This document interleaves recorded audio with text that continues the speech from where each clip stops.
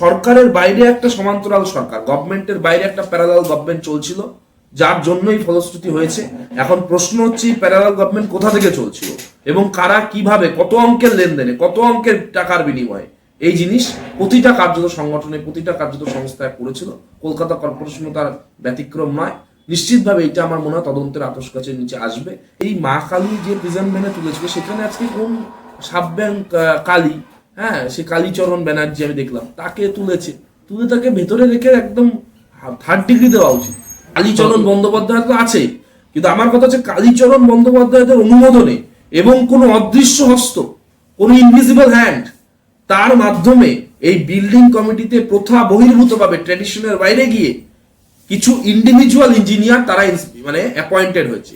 এটা কোথা থেকে অ্যাপয়েন্টেড হয়েছে, কি উদ্দেশ্য হয়েছে, কত টাকার লেনদেন হয়েছে, কোন বরাত সংস্থার সাথে কত টাকার লেনদেন, এখন যিনি পালিয়ে পালিয়ে বেড়াচ্ছেন বা যারা পালিয়ে গিয়েছেন বা যিনি চার্টার ফ্লাইটে চড়ছেন তাদের সাথে কত টাকার লেনদেন আছে, লিপস অ্যান্ড বাউন্সের সঙ্গে কতভাবে কিভাবে যুক্ত আদৌ কি। এখন 2013-14 যে শুভেন্দু বাবুকে যে তৃণমূল যুব সংগঠন থেকে সরিয়ে দিয়ে মানে তৃণমূল যুব সংগঠনে রেখে আরেকটা সংগঠন একটা সার্কাসের মতো নিয়ে আসা হলো, সেটা হচ্ছে কি না তৃণমূল যুবা। এখন এই যুবাতে যারা অভিষেক বন্দ্যোপাধ্যায়ের হাত ধরে এলেন রাজনীতিতে তারা দেখবেন এখন কেউ জেলে, কেউ বেলে, কেউ বাইরের কোনো দ্বীপে, অর্থাৎ এই যুবা সংগঠনের সবাই হচ্ছে আজুবা। এই যুবা আজুবা যারা তখন থেকে তৃণমূল কংগ্রেস পার্টিটা আস্তে আস্তে একটা পলিটিক্যাল পার্টি থেকে একটা ডিজে পার্টির দিকে যাত্রা শুরু করলো। আর কোণঠাসা হলেন কারা? মাদারে কোণঠাসা হলেন শুভেন্দু অধিকারীরা। মাদারে কারোর যদি গুরুত্ব থাকলো না, সুব্রত বক্সির মতো নেতাদের কোনো গুরুত্ব থাকলো না। ওয়াইড রেঞ্জ রাঢ়বঙ্গ এবং মধ্যবঙ্গ সেখানে শুভেন্দু অধিকারী অবজারভার হিসেবে ছিলেন। অভিষেক বন্দ্যোপাধ্যায় আমি নাম করে বলছি, তার অঙ্গুলি হেলন ইনভিজিবল হ্যান্ডস প্যারালাল গভর্নমেন্টের মাধ্যমে দলের ভেতর এই অবজারভার সিস্টেমটা তুলে দেওয়া হলো।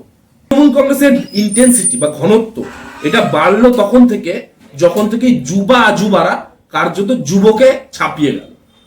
এই যুবা আজুবা টিম যখন এগিয়ে এলো তখন রাজনীতিতে বিনয় মিশ্ররা ভেসে উঠলো। সুমিত রায় যে একজন রাজনৈতিক চরিত্র, বাংলার মানুষরা বুঝতে পারলো যে সুমিত রায়ের হাত আমার মাথায় না থাকলে আমি রাজনৈতিক নেতা হতে পারবো না। বাংলার মানুষ বুঝলো যে শওকত মোল্লা, শাহজাহান, জাহাঙ্গীর, বাবর, আকবর শুধু বাকি ছিল। এই মুঘল সাম্রাজ্যের প্রসাদ না পেলে আমরা রাজনীতি টিকিয়ে রাখতে পারবো না। ফলে এই সিস্টেম যবে এলো তবে তৃণমূল কংগ্রেস ডিজে পার্টি হলো। সেটা শেষে যেটা স্লোগান দিয়েছে যে আমরা রবীন্দ্রসঙ্গীতের সঙ্গে ডিজে বানাবো, তখন বাজাবো, তখন বাংলার মানুষ ভাবলো যে না রবীন্দ্রসঙ্গীতকে রবীন্দ্রসঙ্গীতের মধ্যে থাকতে দিই, ডিজে বরং বিদেশে বাজুক। এখন তো শুনছি যে বিদেশে ডিজে বাজানোর জন্য অ্যাপ্লিকেশন চলছে, কিন্তু হাইকোর্ট অনুমতি। মুর্শিদাবাদ কি বাংলার বাইরে? মুর্শিদাবাদ নামটা তো আমার মনে হয় প্রথমে পরিবর্তন করা উচিত। মুর্শিদ কুলিকা বাংলার কে খায় না মাথায় দেয়? কি সমাজ সংস্কার করেছে বাংলায় মুর্শিদ কুলিকা? ইসলামাবাদ কেন থাকবে? এলাহাবাদকে তো চেঞ্জ করে দিয়েছে, প্রয়াগরাজ করেছে। এরকম ড্রাস্টিক সংস্কারমুখী ডিসিশন এই নতুন সরকারের নেওয়া উচিত বলে আমার মনে হয়। মুর্শিদাবাদ ইসলামাবাদের নামটা চেঞ্জ করে হুমায়ুন কবিরকে শুভেন্দু অধিকারীর যোগ্য জবাব আমার মনে হয় দেওয়া উচিত। অভিষেক বন্দ্যোপাধ্যায় বিভিন্ন বক্তব্যে বারবার বলেছেন যে তার সঙ্গে কোনো দুর্নীতির বিন্দুমাত্র যোগাযোগ থাকলে তিনি ফাঁসির মঞ্চে মৃত্যুবরণ করবেন। এখন যখন দুর্নীতিগ্রস্ত বিভিন্ন মানুষের নাম অভিষেক বন্দ্যোপাধ্যায়ের সঙ্গে দেখা যাচ্ছে, তখন তো তার কোনো বক্তব্য সামনে আসছে না। এ বিষয়ে আপনি কি বলতে চাইছেন? না, এই বিষয়ে আমি কিছুই বলতে চাইবো না, কারণ ভারতবর্ষের সংবিধান এবং বিচার ব্যবস্থা তার উপর আমার সম্পূর্ণ ভরসা এবং আস্থা আছে। এবং সার্বিকভাবে অভিষেক বন্দ্যোপাধ্যায়ের বিরুদ্ধে অভিযোগ যে 2026-এর চৌঠা মের পরবর্তীতে সব উঠে আসছে এমনটা তো নয়। অভিযোগ আগে থেকে এবং বহুকাল থেকেই তার বিরুদ্ধে ভারতবর্ষের সর্বোচ্চ তদন্তকারী সংস্থা অর্থাৎ সিবিআই, ইডি ইত্যাদি চলছে। উপরন্তু সিআইডিরও একাধিক মামলা তার উপর আছে। ফলে এই গোটা মামলার যে প্রেক্ষিত সেখানে নিশ্চিতভাবে তিনি যে অভিযুক্ত এতে তো কোনো সন্দেহ নেই। এখন তদন্তকারী সংস্থাকে প্রমাণ করতে হবে খুব দ্রুত যে তিনি অভিযুক্ত শুধু নন, তিনি হচ্ছে অপরাধী। এটা যখন প্রমাণ হবে তখন সংবিধান মেনে তার শাস্তি এবং আইন মোতাবেক যে ব্যবস্থা সেটা হবে। এখানে তার নিজের সেলফ ডিফেন্স করার জন্য যে মিনিমাম যে এটিকেট, আমার মনে হয় এটিকেটের জায়গা থেকে বলছি, তিনি হয়তো আইনে লড়ছেন, হয়তো হাজিরা যেখানে 6টায় সেখানে 6:45 গিয়ে দিয়ে বেঁচে যাচ্ছেন, কিন্তু মিনিমাম এটিকেট অর্থাৎ এখনো চার্টার ফ্লাইটে ঘুরছেন, এখনো তার আমি মাথা কেটে নেব, আমি ফাঁসির মঞ্চে উঠে যাব, আমি লোকের মধ্যে গিয়ে নিজেকে চমকাচ্ছে ধমকাচ্ছে, ডিজে বানিয়ে দেবো, বিরোধীদের জন্য চুল্লি করে দেবো, এইটা ভারতবর্ষের ভাষা নয়। এটা আমার মনে হয় বাংলার, আমরা ছাত্র রাজনীতি করার ছেলে, আমরাও তৃণমূল কংগ্রেস দীর্ঘদিন আমি ছাত্র যুব ফ্রন্টে কাজ করেছি। মমতাদি কার্যত আমি মনে করি নিশ্চিতভাবে আন্দোলন করে উঠে আসা নেতা নেত্রীদের মধ্যে ভারতবর্ষের প্রথম 3 জনের মধ্যে একজন। সেই জায়গা থেকে আমি মনে করি যে বাংলার যে ট্র্যাডিশনাল স্টুডেন্ট পলিটিক্স, বাংলার যে ট্র্যাডিশনাল পলিটিক্স মোরাললেস, তার সেই পাঠশালার এটা ব্যাকরণ বা গ্রামার নয়। অভিষেক বন্দ্যোপাধ্যায় কার্যত পলিটিক্যালি একজন আনএডুকেটেড লিডার, একজন রাজনৈতিকভাবে অশিক্ষিত নেতা। সেখানে যে কথাটা আপনি বলছেন একদমই, এবং সেখানে দাঁড়িয়ে যে তারাতলা যে বিপর্যয়, এই বিপর্যয়ে শুভেন্দু অধিকারী মাননীয় মুখ্যমন্ত্রী যেভাবে ব্যাপারটাকে চালনা করলেন, যেভাবে মানে পুরো সামনে তদারকি করে পুরো বিষয়টাকে সামলালেন, তো কি মনে হয় আপনার যে তৃণমূল সরকার থাকলে কি তার অন্যথা হতো? কি হলে কি হতো ইতিহাসে এটা বলা সমস্যা, তবে শুভেন্দুবাবু যেভাবে সামলেছেন সেটা তো প্রশংসার দাবি রাখেই। তিনি শুধুমাত্র ছবির রাজনীতি না করে, শুধুমাত্র অপটিক্স পলিটিক্স না করে, একটু খিচমেরি ফটো ছবি না তুলে, বরঞ্চ বিধানসভায় থেকে প্রশাসনিকভাবে একবার ভিজিট করেছেন, বাকিটা অগ্নিমিত্রা পাল রাজ্যের মাননীয় মন্ত্রী ইন্দ্রনীল খান, তারা একেবারে জমিতে থেকে পুরোটাকে তদারকি করে সামলেছেন।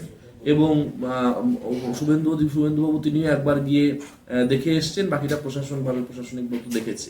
এর সঙ্গে সঙ্গে আমার মনে হয় যে এর জাল কিন্তু অনেক গভীরে।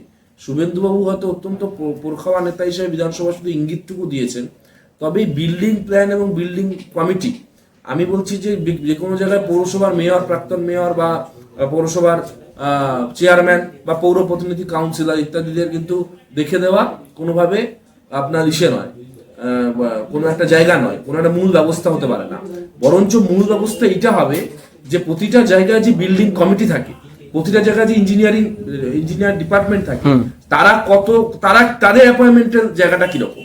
আমি আপনাকে আজকে বিবিধ নিউজের বাংলায় আপনাকে আমি সরাসরি অভিযোগ করছি, গত 5 বছরে কলকাতা কর্পোরেশনে কার্যত যে বিল্ডিং কমিটি বা বিল্ডিং প্ল্যান বা বিল্ডিং পাস যে কমিটির মাধ্যমে হয়, সেইখানে ইন্ডিভিজুয়াল ইঞ্জিনিয়ার বা ইন্ডিভিজুয়াল ইন্সপেকশন নিয়োগ করা হয়েছিল। অর্থাৎ ট্র্যাডিশনাল জায়গার বাইরে গিয়ে ইন্ডিভিজুয়াল কাউকে বারাত পাইয়ে দেওয়ার লক্ষ্যে বা কাউকে কোনো সুবিধে করার লক্ষ্য নিয়ে এই যে জনৈক কালী ক্যামাক স্ট্রিট ঘনিষ্ঠ, এবং তার সঙ্গে আমি বলছি যে মেয়রশিপেরও বাইরে গিয়ে মেয়র যে একা সব সিদ্ধান্ত নিচ্ছে, মেয়রের উপর স্টেপ গোট করে অনেক তৃণমূলীরা দেখলাম যে সোশ্যাল মিডিয়ায় চিৎকার চেঁচামেচি করছে, একেবারে ভুল। কলকাতা কর্পোরেশনে পার্কিং ফি বাড়াতে চেয়েছিলেন তিনি ফিরাদ হাকিম, পার্কিং ফি বাড়াতে পারেননি। ফিরাদ হাকিম অন রেকর্ড কলকাতা কর্পোরেশনের প্রেসে মিটে বক্সে বসে বলেছিলেন যে আমি পুলিশকে অভিযোগ জানাবো, যেখানে জলাভূমি ভরাট করে বিভিন্ন বিল্ডিং হয়েছে, প্ল্যান হয়েছে, আমি পুলিশকে অভিযোগ করবো। এবং ফিরাদ হাকিম করেছিলেন, অর্থাৎ ফিরাদ হাকিম ব্যক্তিগতভাবে নয়, কলকাতা কর্পোরেশন থেকে করা হয়েছিল, তার কোনো ব্যবস্থা হয়নি। ফলে কার্যত সরকারের বাইরে একটা সমান্তরাল সরকার, গভর্নমেন্টের বাইরে একটা প্যারালাল গভর্নমেন্ট চলছিল, যার জন্যই ফলশ্রুতি হয়েছে। এখন প্রশ্ন হচ্ছে প্যারালাল গভর্নমেন্ট কোথা থেকে চলছিল এবং কারা কিভাবে, কত অঙ্কের লেনদেনে, কত অঙ্কের টাকার বিনিময়ে এই জিনিস প্রতিটা কার্যত সংগঠনে, প্রতিটা কার্যত সংস্থায় করেছিল। কলকাতা কর্পোরেশনও তার ব্যতিক্রম নয়। নিশ্চিতভাবে এটা আমার মনে হয় তদন্তের আতশকাচের নিচে আসবে, এবং শুভেন্দুবাবু বিধানসভার সরে দাঁড়িয়ে সরাসরি কার্যত এই জায়গাটাকে কিন্তু টাচ করে গেছেন, এবং তদন্ত প্রক্রিয়াতেও প্রশাসন যদি সেটা দেখে, আমার মনে হয় আগামী দিনে অনেক, এই শুধু চুনোপুটি নয়, এর পেছনে আরো অনেক বড় রাঘব আছে। এই যে আপনি একটা কথা বলছেন, আমরাও সেটা দেখেছি যে বিভিন্ন তথ্য অনুযায়ীও জানতে পারি যে প্যারালাল গভর্নমেন্ট চলছে, তার মানে একটা সিস্টেমের মধ্যে একটা অন্য সিস্টেম। তার মানে যারা সিস্টেমে আছেন, মানুষ যাদের ভোট দিয়ে সিস্টেমে এনেছে, তার মানে ভেতরের যে মূল কাণ্ডারি যারা, তারা কি আদৌ ধরা পড়বে বা আদৌ কি শাস্তি পেতে পারে বলে মনে করছেন? মানে কি মনে হয় তারাতলা মানে ঘটনাটা ঘটার পর কি মনে হয় যে ফিরহাদ হাকিমের নাম উঠে আসছে, অভিষেক বন্দ্যোপাধ্যায়ের নাম উঠে আসছে, তাদের কি কোনোভাবে পুলিশ বলুন বা সিআইডি বলুন বা যে কোনো যেভাবে হোক যে কাস্টাডিতে নিয়ে প্রশ্ন জিজ্ঞাসা করা, মানে মূল কাণ্ডারি তারা কি কখনো সামনে আসবে? কারণ কালীবাবু এখন ধৃত, তো সেক্ষেত্রে এই বিষয়টা কিভাবে দেখছেন? না, কালীবাবু ধৃত তাতে তো কোনো সমবেদনা যন্ত্রণার জায়গা নেই। আমরা বিগত সরকারের আমলে দেখেছি, আমার গলায় রুদ্রাক্ষের মালা, বাড়িতে কালী পুজো হয়, যে মা কালীকে প্রিজন ভ্যানে আমরা দেখেছি। এর চেয়ে লজ্জার তো কিছু হতে পারে না। এটা তো আমার মনে হয় সুরাবর্দির গ্রেট ক্যালকাটা কিলিং এর সময় মা কালীকে প্রিজন ভ্যানে সুরাবর্দি তোলেনি, সিরাজউদ্দৌলার সময় সিরাজউদ্দৌলা তোলেনি, রাজাকাররা বাংলাদেশে 71 আন্দোলনের সময় তুলেছিল কিনা আমি জানি না, কিন্তু নিশ্চিতভাবে আমরা দেখেছি মা কালীকে প্রিজন ভ্যানে গত সরকারের আমলে। সেই সময় থেকে আমাদের মোহভঙ্গ হয়েছিল, আশাভঙ্গ হয়তো পরে হয়েছে, বা বিভিন্ন চাপের কাছে, ভয়ের কাছে আমরা সেই সময় সেই পাল্টা আওয়াজটা তুলতে পারিনি। শুভেন্দু বাবুরা পেরেছিলেন, যারা পেরেছিলেন তারা কিন্তু তাদের হাত ধরেই বাংলায় কার্যত পরিবর্তন এসেছে। আমি নিশ্চিতভাবে আপনাকে বলতে চাই যে আপনি যে কথা বলছেন, আজকে সেই মা কালী যে প্রিজন ভ্যানে তুলেছিল, সেখানে আজকে কোন সাবব্যাং কালী, হ্যাঁ, সে কালীচরণ ব্যানার্জি আমি দেখলাম, তাকে তুলে তাকে ভেতরে রেখে একদম 3rd ডিগ্রি দেওয়া উচিত। এবং নিশ্চিতভাবে আমি যে কথা বলছি, মেয়রের নাম অনেকে বলছে, সেটা মেয়রের নাম এত বড় একটা কাণ্ড, বারবার করে বিভিন্ন বিল্ডিং প্ল্যানের সমস্যা এবং একটা কর্পোরেশনের রিলেটেড সাবজেক্ট, সেখানে মেয়রের নাম, প্রাক্তন মেয়রের নাম, এবং ওনার সাইন পাওয়া গেছে এবং উনি বলছেন আমার আইডিয়া নেই। সেটা ঠিক আছে, সেটা আমি তো মেয়রকে ডিফেন্ড করতে বসিনি, কিন্তু কথা হচ্ছে যে সেটা কিন্তু আমি টেকনিক্যাল জায়গাটা বলছি, যে সেটা কিন্তু মেয়রের সাইন তো পাওয়া যাবেই, কর্পোরেশনে কোনো কাজ হলে সেটা মেয়রের তো সাইন থাকবেই, কিন্তু সেটা কিন্তু একটা আমি বলছি আনুষ্ঠানিকতা।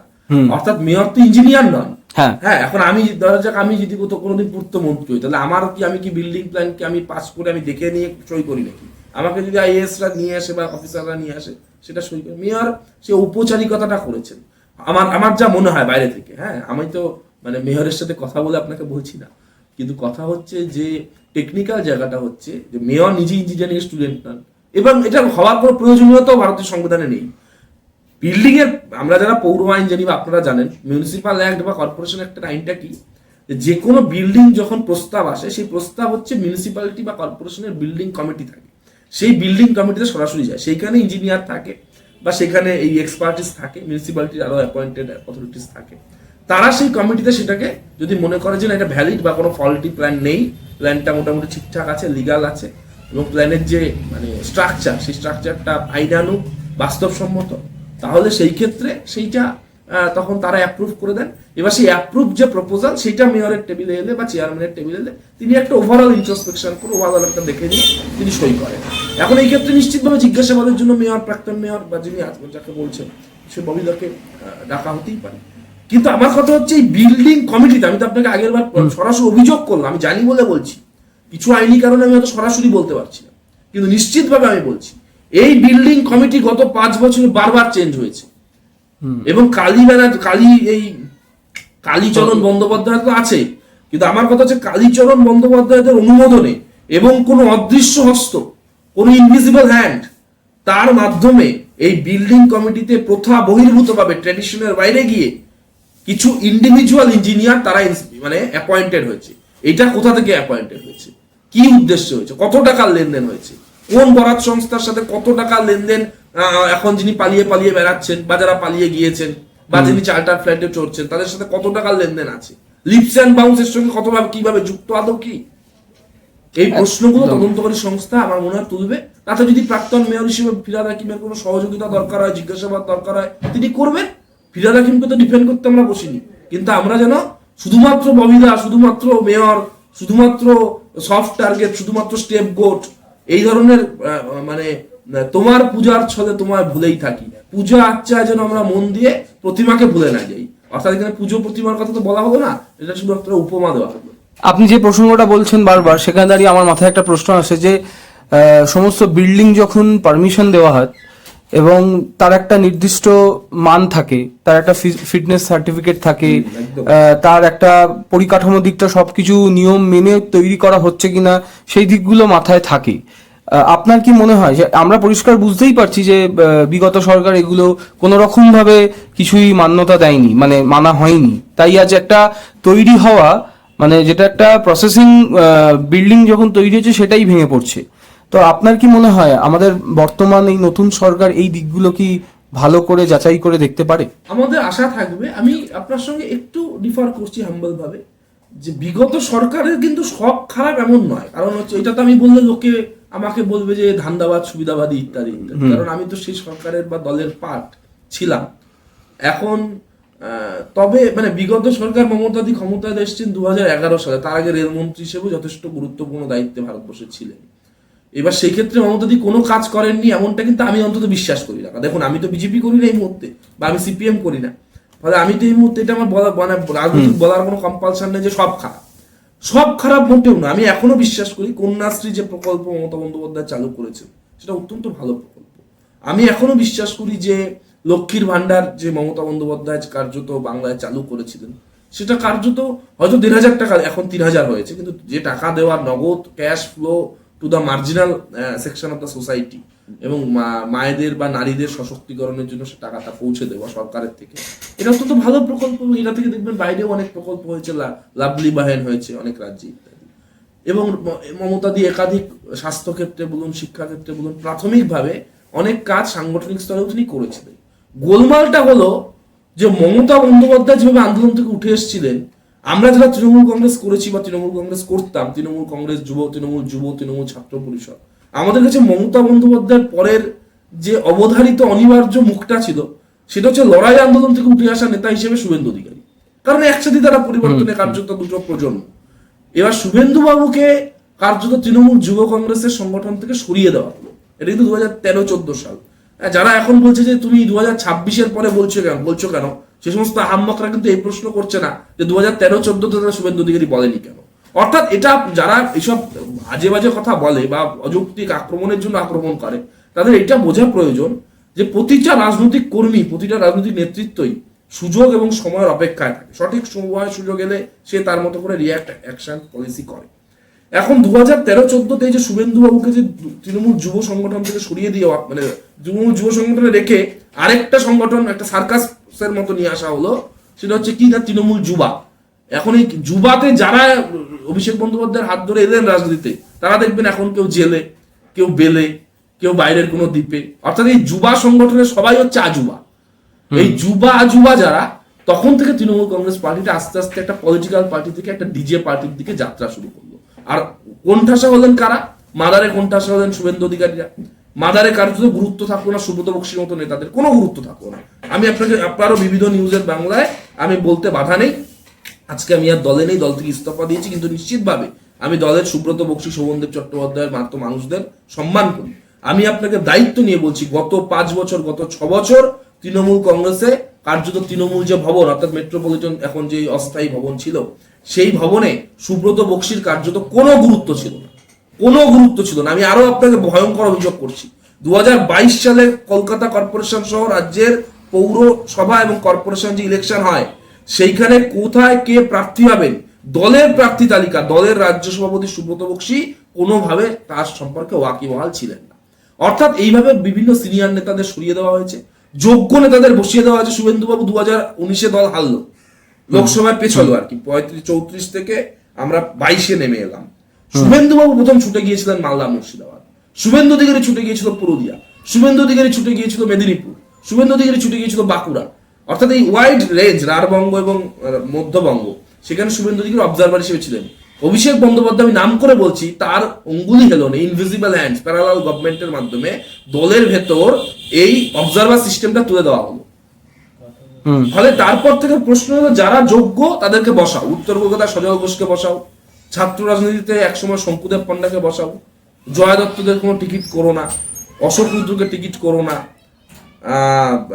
আপনার দক্ষিণ কলকাতার ক্ষেত্রে তমনাজ ঘোষকে পেটাও, জাহাঙ্গীরকে তুলে আনো, শওকতকে তুলে আনো।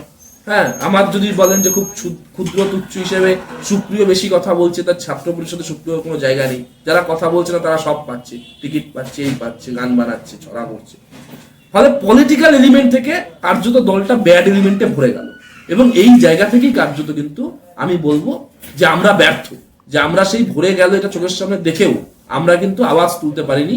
কিন্তু যারা সফল, শুভেন্দুবাবুর নেতৃত্বে যারা বিভিন্ন সময় বেরিয়েছেন, প্রথমে শুভেন্দু দ্বারা, পরে সজল দ্বারা, তারা যখন যখন বেরিয়েছেন, শেষে তাপস রায়, অর্জুন সিং অব্দি, তারা কিন্তু প্রত্যেকে আজকে যে এই পরিবর্তনের, ঐতিহাসিক পরিবর্তন, হিস্টোরিক চেঞ্জ ইন বেঙ্গল, তার সাক্ষী হতে পেরেছেন, তার যে সারথী হতে পেরেছেন, এটা আমার মনে হয় তাদের সাহসিকতা এবং তাদের পারফরমেন্সেরই ফসল। নিশ্চিতভাবে এটাকে কুর্নিশ করার মতো, এবং আমরা তো অনেক বয়স কম, রাজনীতিতে পথ চলতে গিয়ে এটা কিন্তু একটা বড় শিক্ষা, যে কার্যত সাহস এবং শক্তির যে প্রদর্শন, পারফরমেন্স, সেটা সঠিক সময়ে নিডার হয়ে করতে হয়, অর্থাৎ ভয়হীন ভাবে করতে হয়। এটা আমার বড় শিক্ষা, বা আমাদের সকলেরই প্রজন্মের বড় শিক্ষা। কিন্তু আপনি যে কথা থেকে শুরু করেছেন, সেখানে আমি শেষ করি যে এই যে সব খারাপ, এটা আমি বলছি না, কিন্তু নিশ্চিতভাবে আপনি যে বলছেন যে বিল্ডিং প্ল্যান সহ, দুর্নীতি সহ, করাপশন, আপনি দেখবেন এগুলো সবসময় সব দেশে, সব রাষ্ট্রেই আছে, কম বেশি সব দলই, কোনো দলই এই অভিযোগ থেকে মুক্ত নয়।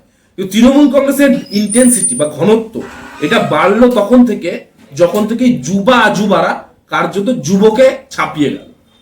এই যুবা আজুবা টিম যখন এগিয়ে এলো তখন রাজনীতিতে বিনয় মিশ্ররা ভেসে উঠলো। সুমিত রায় যে একজন রাজনৈতিক চরিত্র, বাংলার মানুষরা বুঝতে পারলো যে সুমিত রায়ের হাত আমার মাথায় না থাকলে আমি রাজনৈতিক নেতা হতে পারবো না। বাংলার মানুষ বুঝলো যে শওকত মোল্লা, শাহজাহান, জাহাঙ্গীর, বাবর, আকবর শুধু বাকি ছিল। এই মুঘল সাম্রাজ্যের প্রসাদ না পেলে আমরা রাজনীতি টিকিয়ে রাখতে পারবো না। ফলে এই সিস্টেম যবে এলো তবে তৃণমূল কংগ্রেস ডিজে পার্টি হলো। সেটা শেষে যেটা স্লোগান দিয়েছে যে আমরা রবীন্দ্রসঙ্গীতের সঙ্গে ডিজে বানাবো, তখন বাজাবো, তখন বাংলার মানুষ ভাবলো যে না, রবীন্দ্রসঙ্গীতকে রবীন্দ্রসঙ্গীতের মধ্যে থাকতে দিই, ডিজে বরং বিদেশে বাজুক।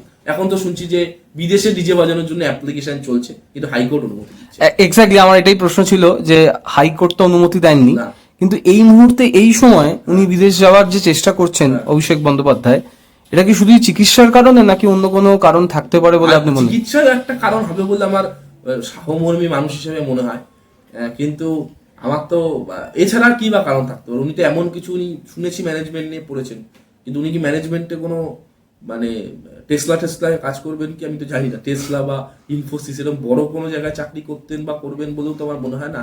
আরেকটা কারণ হতে পারে বিদেশে ডিজে বাজানোর কোনো টেন্ডার পেয়েছেন, বা বিদেশের কোনো বড় পাবে যদি ডিজে এর সাথে রবীন্দ্রসঙ্গীত সত্যি একটা বড় ব্যাপার। এখন যদি বলে যে বিটোফেনের সাথে ডিজে বরং বিদেশে উনি ট্রাই করতে পারেন।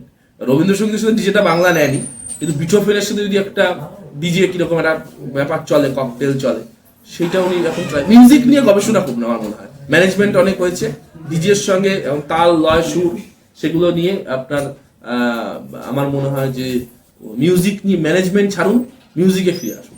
এই যে মানে এই যে ডিজে বাজানোর যে কথাটা তখন উনি বলেছিলেন, যে কনফিডেন্সের সাথে যে মেজাজ নিয়ে বলেছিলেন, এখন তো সেরকম মেজাজও আর দেখতে পাওয়া যাচ্ছে না, বা মানে আর এই যে ঘটনাগুলো ঘটলো তারাতলার বিষয়টা, এইটা নিয়েও সেই অর্থে কোনো কমেন্টও উনি দেননি এখনো অব্দি। তো এতে মানুষ কিভাবে দেখছে বিষয়টা? মানুষ দেখছে না, মানুষ দেখেছে একদিন, সেদিন খুব ভালোভাবে দেখেনি, তো সেগুলো নিয়ে বলতে চাই না। এখন কথা হচ্ছে যে আপনার ডিজে এইসব নিয়ে আমার মনে এখন ওনার চিন্তা ভাবনা না করা উচিত। উনি বাইরে কোথাও ঘুরে এলে ভালো, কিন্তু সেটা হাইকোর্টের অনুমতি সাপেক্ষ, কারণ উনি অনেক মামলায় জড়িয়ে আছেন। ফ্রি মানুষ হলে যে কোনো জায়গায় যেতে পারতেন। দীঘা মন্দারমণিতেও এত সুন্দর মন্দির করেছে, মন্দিরটা তো খুবই ভালো, ফালতু কথা বলে তো লাভ নেই, তো সেগুলো অন্তত কাছে পিঠে ঘুরে আসা যেত। কিন্তু এত মামলা, এখন এই মামলার প্রসঙ্গ তো ওই যে পাপ করলে বাপ কেউ ছাড়ে না, উনি তো নিজেই সবার বাপ হয়ে উঠতে চেয়েছিলেন, তো ওনাকেই বা কিভাবে পাপ ছাড়বে, তাই না? এই যে পাপের কথাটা বললেন, বিধানসভায় দাঁড়িয়ে মাননীয় মুখ্যমন্ত্রী কথাটা বলেছেন যে তৃণমূলের যে পাপের ফল সেটা শ্রমিকদের ভোগ করতে হলো।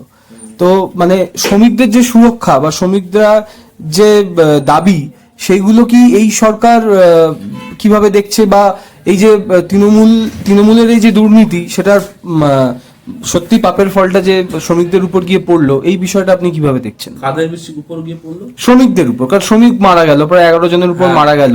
তো মানে একটা নির্মীয়মান বিল্ডিং তৈরি হওয়ার আগেই ভেঙে গেল।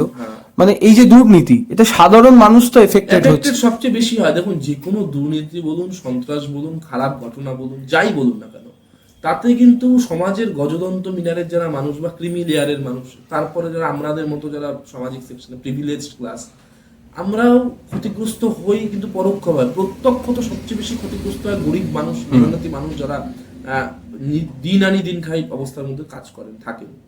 এখন তাদেরকে প্রোটেকশন দেওয়াই বা তাদেরকে সুরক্ষাটা নিশ্চিত করাই, জীবন জীবিকার জানমালের সুরক্ষা নিশ্চিত করাই যে কোনো গভর্নমেন্টের, বেনেভোলেন্ট সরকারের কার্যত লক্ষ্য। এবং সেই লক্ষ্য মানুষ মমতাদের মধ্যে দেখেছিলেন বলেই তো বামফ্রন্টকে সরিয়ে দিয়ে বামফ্রন্ট ওই মানুষগুলোর উপর গুলি চালিয়েছিল যারা কিনা চাষি। বামফ্রন্ট কিন্তু টাটা বিরলার উপর গুলি চালায়নি, যাদের থেকে অনিচ্ছুক কৃষকদের জমি কেড়ে নেওয়া হয়েছে, সেই অনিচ্ছুক কৃষকদের উপর জমি গুলি চালিয়ে শ্রমিক আন্দোলনকে স্তব্ধ করে কার্যত বামফ্রন্ট যে পাপের দিকে গিয়েছিল, বাংলার মানুষ তখন মনে করেছিল যে না, এর পরিবর্তন প্রয়োজন। তখন মমতাদির মধ্যে একটা টালির চালের মেয়ে, একটা হাওয়াই চটি, একটা ধনেখালি শাড়ি, তার মুখে রবীন্দ্রনাথ, তার মুখে বাংলার আন্দোলনের কথা, লড়াইয়ের কথা, তার উপর মানুষ ভরসা করেছিল। এবং সার্বিকভাবে মমতাদির নেতৃত্বে নতুন সরকার বাংলার প্রতিষ্ঠা হয়েছিল। এবং মমতাদি যে নেত্রী, এই নিয়ে কিন্তু আমার মধ্যে কোনো সন্দেহ নেই, মমতাদির রাজনৈতিক জীবনে বেশিরভাগটাই ভালো।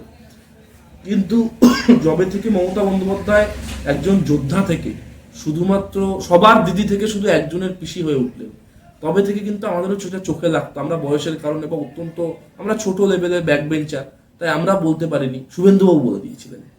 বেড়ালের গলায় ঘন্টার বাঁধার কাজটা শুভেন্দুবাবু করে দিয়েছিলেন। এবং তারপর শুভেন্দুবাবুর যে অকুতোভয় লড়াই, আপনি বিধানসভার মধ্যে বলুন, 11 মাস তাকে সাসপেন্ড করে রাখা হয়েছে, 5 বার সাসপেন্ড করা হয়েছে। শুভেন্দুবাবুর কাথির বাড়িতে গিয়ে পুলিশ সার্চ করেছে, শুভেন্দুবাবু গাড়ি নিয়ে বেরোলে পুলিশ পেছন থেকে কেস দেওয়ার জন্য ক্যামেরায় ছবি তুলতো।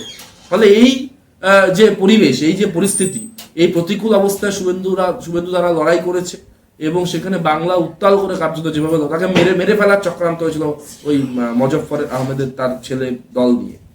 ফলে এরকম বিভিন্ন রকম প্রাণঘাতী মানে আক্রমণের সামনে দাঁড়িয়েও পিছু হটেননি, বরং সামনে থেকে বাংলার মানুষকে সংঘবদ্ধ করে, বিরোধী শক্তিকে কার্যত সংঘবদ্ধ করে। আমাদের এটা দুর্বলতা, লজ্জা যে আমরাও অনেক কিছু দেখতে পারলেও বুঝতে পারলেও তার পাশে ওই সময় হয়তো দাঁড়াতে পারিনি। কিন্তু নিশ্চিতভাবে তিনি যে লড়াকু নেতা, আন্দোলনের নেতা, এই নিয়ে তো কোনো সন্দেহ ছিল না। যারা দাঁড়াতে পেরেছিলেন তাদের সবাইকে ঐক্যবদ্ধ করে বাংলার মানুষকে একটা দিকে নিয়ে এসে কিন্তু তিনি নতুন পরিবর্তন করেছেন।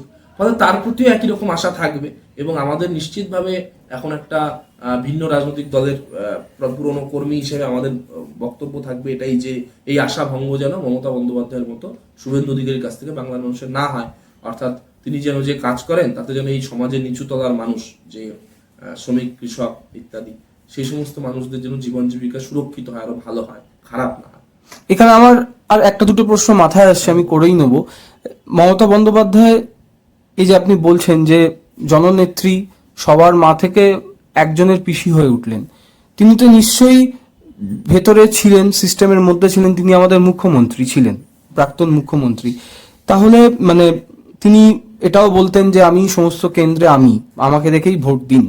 তো সেখানে দাঁড়িয়ে একের পর এক তাদের যে বিভিন্ন ডিপার্টমেন্টের যে দুর্নীতিগুলো ধরা পড়ছে বা চোখে আসছে, মানুষ দেখতে পাচ্ছে, এই বর্তমান পরিস্থিতিতে তিনি কোনো কমেন্ট করছেন না, এটা কি বলে মনে হয়? বা এই একটা প্রশ্ন রইলো, আর একটা প্রশ্ন সাথে সাথে রইলো, যখন উনি, যেটা আপনি বলছেন যে জননেত্রী থেকে কেবল একজনের পিসি হয়ে উঠছেন, তখনও কি কিছু তিনি করতে পারেননি না করতে চাননি, সেটা আপনার কি মনে হয়? এটা যদি একটু আমাদের দর্শকদের বলেন। করতে না পারার বিষয় না। সংস্কৃতে একটা কথা আছে যে পুস্তকস্থা তুজা বিদ্যা পরহস্ত গতম ধনম কার্যকালে সমুৎপন্নে নশা বিদ্যা নতধ্যানম। অর্থাৎ বইয়ের মধ্যে জ্ঞান আছে, আছে তো, আর হচ্ছে অন্যের কাছে টাকা আছে, তাতে কিন্তু আপনার কোনো লাভ নেই। আপনি যদি বইয়ের জ্ঞানটাকে কাজে লাগান, অন্যের টাকাটা কাজে লাগান, বিনিয়োগ করেন, সেক্ষেত্রে লাভ হতে পারে। অর্থাৎ অ্যাপ্লাই না করলে, আমাদের শাস্ত্র বলছি ইমপ্লিমেন্ট না করলে সে জ্ঞান থেকেও কোনো লাভ নেই। একটা সময়ের পর মমতা বন্দ্যোপাধ্যায় রাজনীতির যে গ্রামার বা যে রাস্তা দিয়ে উঠে এসেছিলেন, কার্যত সেই মইটাকে তিনি গাছ থেকে বা মগডাল থেকে বিযুক্ত করে দিয়েছেন যে সেটা আর দরকার নেই, মুকুলকে দরকার নেই, শুভেন্দুকে দরকার নেই, যে যা বলছে তাপস রায়কে দরকার নেই, অর্জুন সিংকে দরকার নেই, সজল ঘোষকে দরকার নেই, কোথাও কাউকে দরকার নেই, আমাদের মতো কর্মীদের তো ছেড়েই দিই।